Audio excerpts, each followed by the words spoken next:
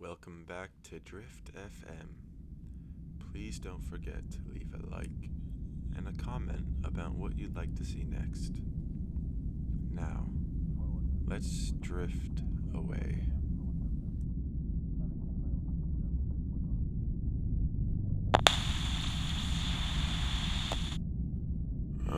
Good evening, Republic. This is Night Shift Radio with Night Watch Varyn, broadcasting across all sectors of this Venator-class cruiser. We're at 2200 hours, and you're tuned in to the only show that keeps the Grand Army of the Republic moving through the night. And tonight, we're hoping for no system failures and no hyperspace miscalculations. Especially, hoping for no unexpected Jedi emergencies. Just want a nice, relaxing night where I can tell some stories. Yeah, that's right. I wanna tell some stories, but I also want to hear some stories. I want to hear your best Clone Wars tales.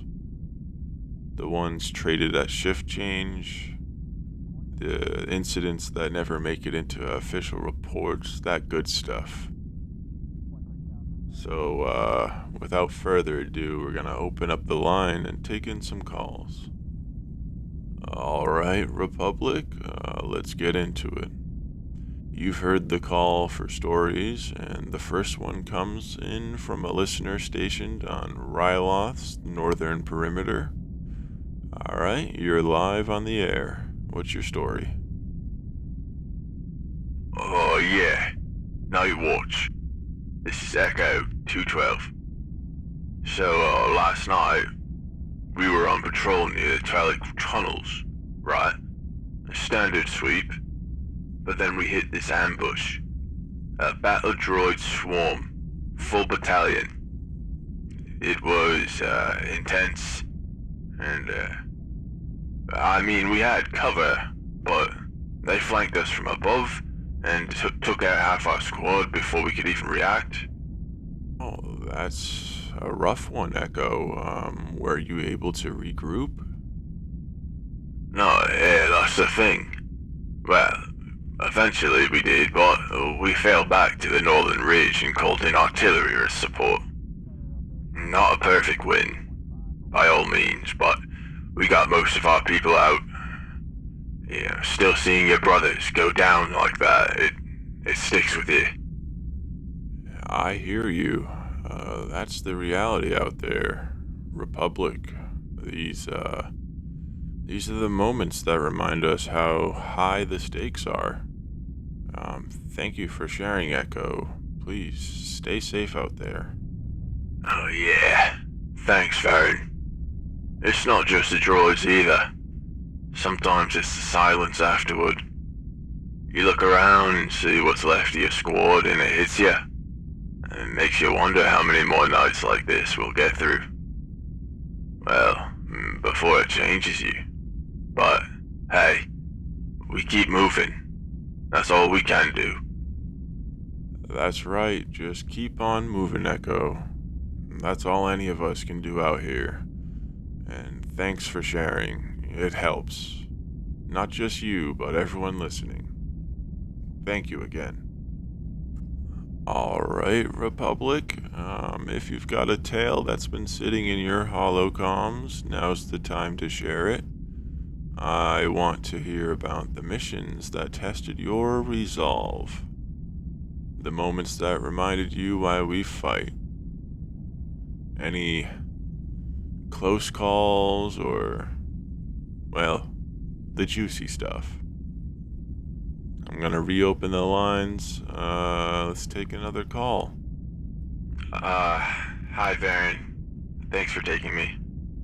So, let's start at the beginning. I'm on Dock 12, routine maintenance shift, conduits, coolant lines, the usual boring stuff. Nothing exciting.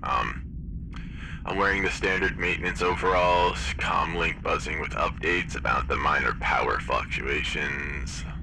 Life is normal, until I get this urgent message from the officer in charge of medbay supplies. She says, and I quote, "Corin, we need sterilization kits immediately." Simple enough, right? So I grabbed the crate, but apparently someone switched the crates, because instead of sterilization kits, I'm now carrying full clone trooper armor sets. And here's the fun part. I'm the only one on this end of the bay. So I pick one up to check it out, and of course, I try it on. Next thing I know, I'm walking down the docking corridor in full clone trooper armor. Helmet on, thinking, okay, maybe I can just return it quietly. Now every clone I pass salutes me. Every single one, and I'm panicking. I don't know why they're saluting me. I'm just a tech. I try to nod respectfully, mutter something about the conduit calibration, and suddenly I'm on the bridge corridor, and, well, guess who's there?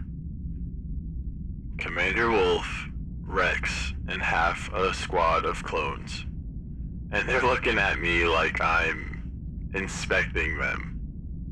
Like, leading some tactical review, and I have no idea what's going on.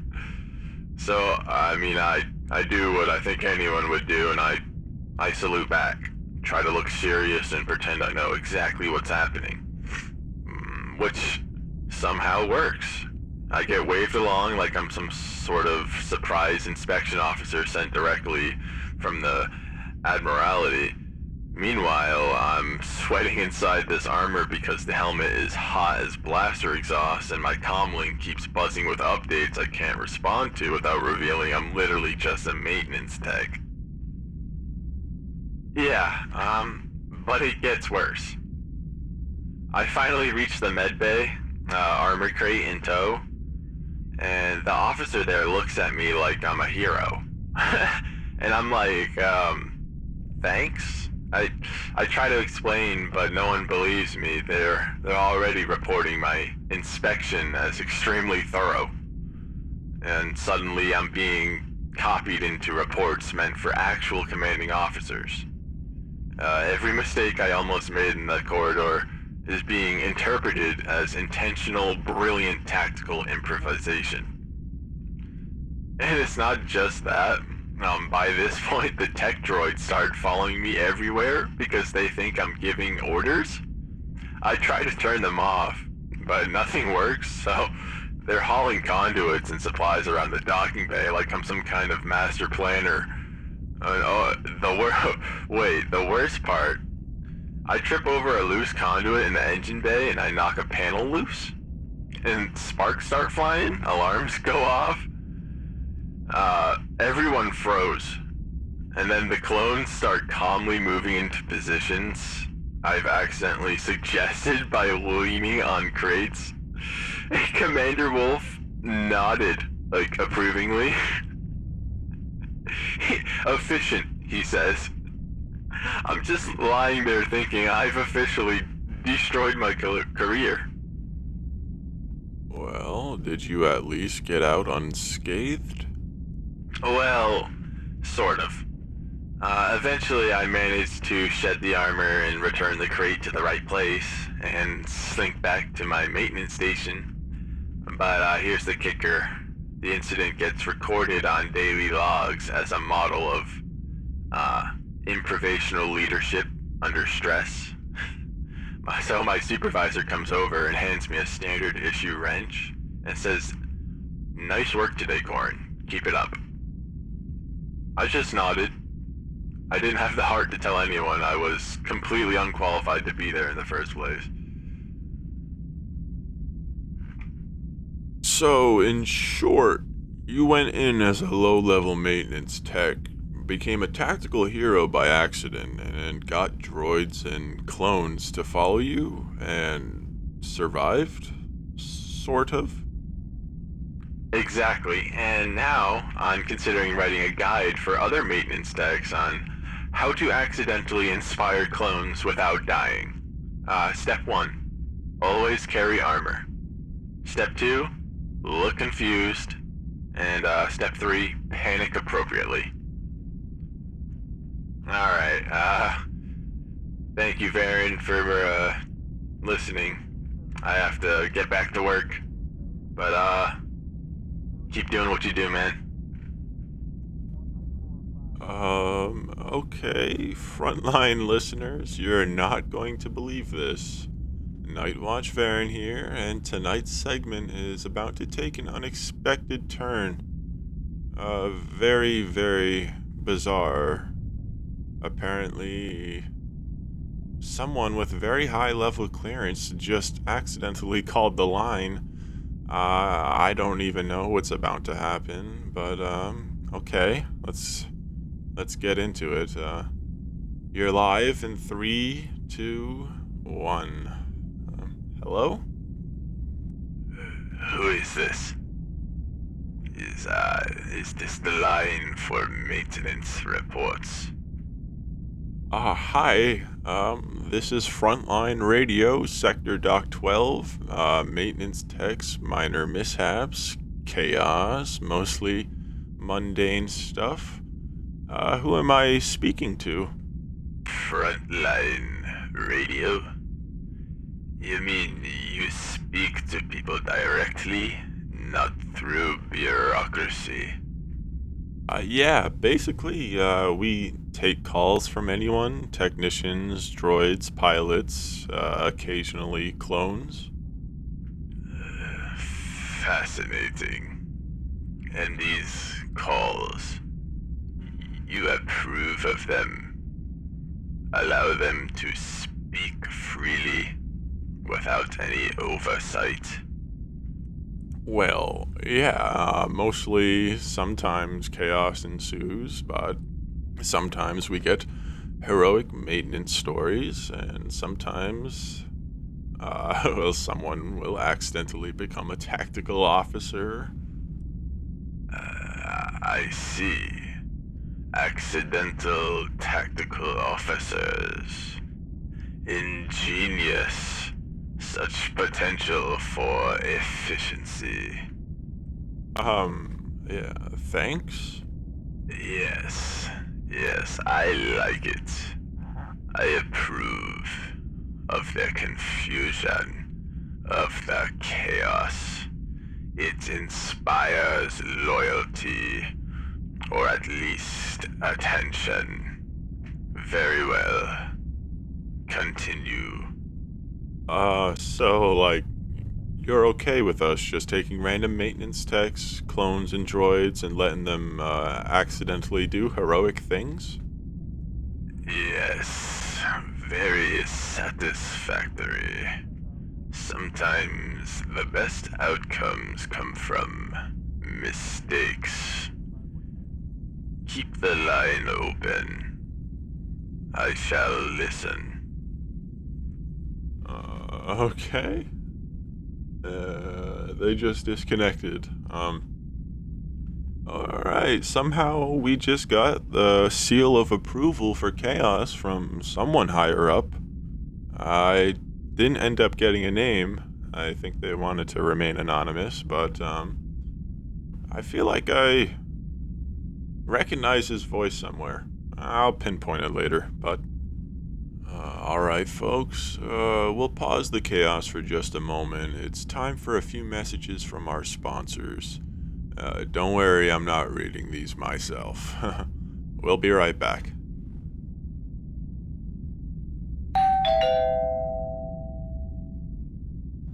Is your starfighter sputtering mid-jump? Tired of engines that sound like a bantha with a cold? Astrofuel 3000 keeps your hyperdrive humming, your repulsor lives smooth, and your admirals mildly impressed. Available at any reputable supply depot across the galaxy. Craving a quick bite between deployments? Galactic snack scents make nutrients packs that taste like everything and nothing. Fully approved by the Republic nutrient protocols, mostly. Eat responsibly or not, we won't tell. Alright, welcome back. Um, the galaxy feels different at this hour, huh? Even in the middle of a war, there's a stretch of time where everything slows down just enough for things to catch up. Out our viewport here, we have stars sliding by in silence. The same ones that have been there ever since long before the Republic, and the same ones that will be there when this is all over, if ever. Most beings think the war is nothing but noise. Blasters, orders, alarms. But most of it is quiet.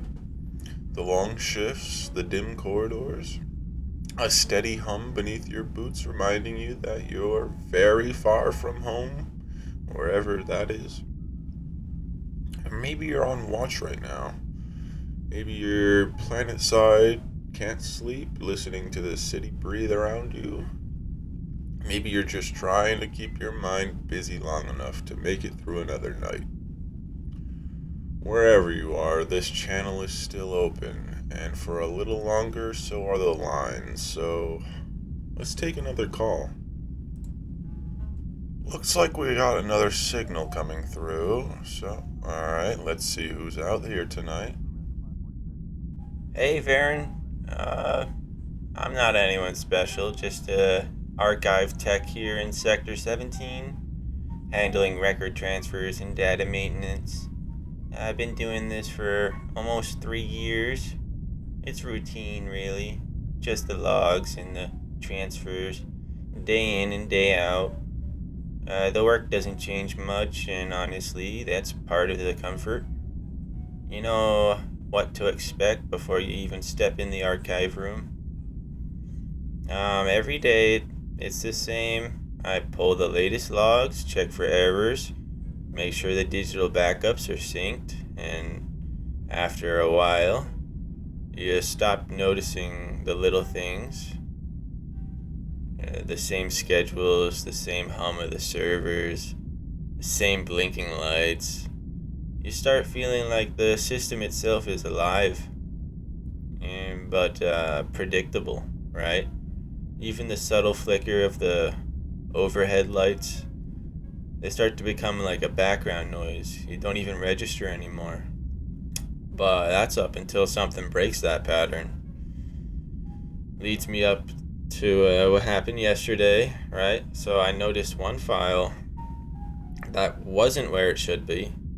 And normally that's just a minor thing, maybe a mislabel or a transfer delay. I figured, right, it was just a mistake, nothing to worry about. But there was this tiny hesitation in the system's response when I searched for it. Like a pause that didn't belong, though I tried to brush it off. So I followed protocol, reported it in the log, and double-checked the backup. Everything seemed fine after that. There's a procedure for these kinds of things. So I did exactly what I was supposed to. The system responded normally afterward. The files lined up as they should, and, well, for a moment I felt that old familiar relief, like everything was just fine, right? And then it happened again. Another file missing, this time a different one. Same sector. Once is nothing, but twice it makes you pay attention, right? So, yeah, the timing was off. These files are usually transferred at precise intervals, and when I noticed it the second time, the pause in the system, like that little pause it had last time, it was even longer, and almost like deliberate, like it was waiting for me to notice or something, right? Well, someone from the central directorate showed up. Didn't explain why they were there, just asked some questions. which logs I checked, which anomalies I noticed. They seemed calm, but methodical, you know. There was an edge to the way they watched the monitors, like they were expecting something could go wrong. I answered carefully, noting every detail, even the things that didn't make sense yet, because, you never know what they'll latch on to. But that's when I started wondering, if I'd misunderstood my own job, if the system was never as stable as I'd thought, or if I'd been missing something all along. My hands, they shook slightly when I realized I couldn't trust even the routine that I've memorized all these years. I felt that gnawing uncertainty, the kind that makes you feel makes I don't know how to put this. It's like when the fluorescent lights feel harsh and every shadow in the archive is just a little too deep. Everything is just too much. I keep doing my work, pulling logs, checking transfers. Everything looks the same, except it isn't. I notice the gaps where files should have been, like shadows I can't explain, and every so often a light flickers or a file takes just a fraction too long to open, and I feel that small, uneasy tickle at the back of my mind, like the system is remembering things that I shouldn't notice. I just thought someone should know, even if no one's listening. Maybe it doesn't matter. Maybe it never did, but it's still there and I can't ignore it anymore. Alright. Seems routine enough, right? Nothing too alarming, I guess. Thanks for calling Archive Tech. Well, that was Archive Tech from Sector 17. Routine work mostly, right? But even in the quiet hum of the logs and backups, sometimes things shift. Files misplaced, systems hesitating, but nothing catastrophic, right? Nothing anyone would notice, yet it's enough to make you wonder. If the little things can change without warning, what about the big ones? I guess that's the thing about this station, about this galaxy. Even in places we think are predictable, there's always a ripple somewhere, moving just beneath the surface. And if you pay attention, sometimes you'll see it before it sees you. So keep your eyes open, listeners. Not everything that hums along quietly is as ordinary as it seems. Alright, folks, I'm gonna take one more call for the night. Caller 4, you're on the line. Hi there. I'm just the chef here at Sector 12's culinary wing. Mostly I just keep the replicators stocked, cook for the crew, make sure no one eats the things they shouldn't eat. I've been here for about 4 years. Same menu, same routines. You'd think that makes it boring, but you notice things when you're alone in a kitchen at 2 a.m. Every night I run the prep logs, check the replicators, rotate the food stores, make sure that, nothing's expired. Same thing every night. After a while, you stop noticing those little sounds, the clink of trays, and so on and so forth. It becomes a routine, right? But tonight, I noticed that one of the replicators spat out a stew. A stew that wasn't even on the menu. It was just there. Smelled fine, it looked fine, but it was labeled Sector 12 Surprise in bold letters. I figured it was just a prank from the supplies AI or something. Nothing worth freaking out over, right? So I reported it, logged it, double-checked the machine, and Nothing was wrong with the replicator. The inventory was normal and, well, someone probably just uploaded a recipe by mistake.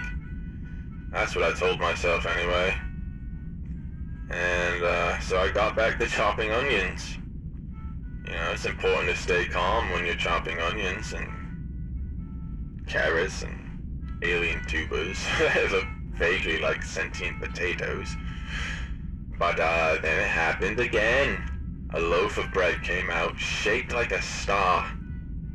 Which, you know, would be fine.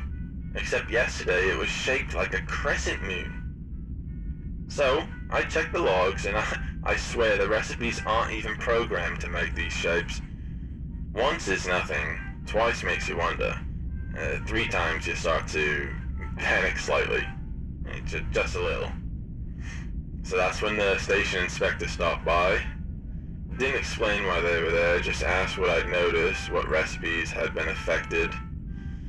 I told them everything, you know, the crescent bread, the star loaf, the mystery stew, and they just nodded, made some notes, and left. No explanation, just notes. I started to feel like I was losing it. The kitchen was, the kitchen is supposed to be predictable, right? Especially after 4 years. You'd think you would know everything. But suddenly it's plotting against me. Ingredients disappearing, machines outputting things I didn't request. Shit, maybe it's ghosts. Maybe it's aliens. Maybe I'm just a nervous chef who's been awake for too long. The hum of the freezer feels different now. Like it's whispering. By the time the inspector left, everything was marked, handled, inventory updated, replicators recalibrated. On paper, nothing unusual happened. So I tried to reassure myself, and then, goddamn, another loaf came out shaped like a triangle. I just went back to chopping onions. So all I'm gonna do is chop those onions. If I keep... Mate. I don't know. These shapes, they keep changing. Crescent, star, triangle. I can't figure out why. It's gotta be a prank.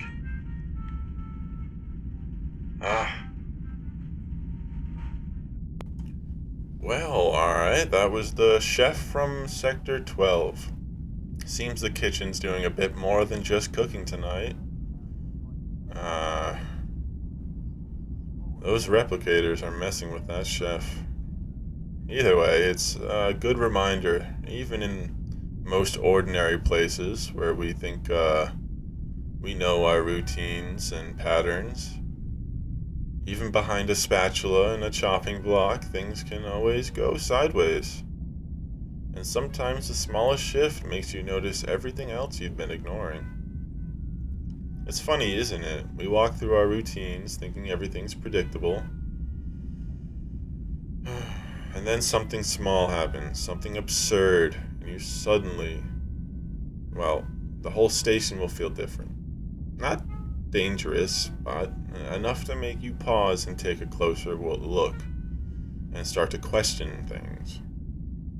And maybe that's the point, to notice, to wonder, because for every small little mystery stew or oddly shaped loaf, there's a ripple, a trace of something you can't explain. And the longer you pay attention, the more you realize the galaxy isn't as orderly as it wants you to believe. So keep your eyes open, listeners, even when it seems safe, even when it seems normal. Sometimes the oddest things are the ones trying to tell you something. Alright, that's enough for tonight. Things are quiet, the station's running like it should be, mostly, and I'm about ready to grab a cup of something warm and call it a night. Same as always, only not, I guess. But hey, that's fine. That's what we get for paying attention. Anyway, I'm done yapping. You've heard enough for one night, but keep an ear out and keep your head down. And, be sure to keep an eye out for our next broadcast, and if you have anything you'd like to share, we will be opening the lines. But I'd say we wrap it up for the night. Thank you for tuning in.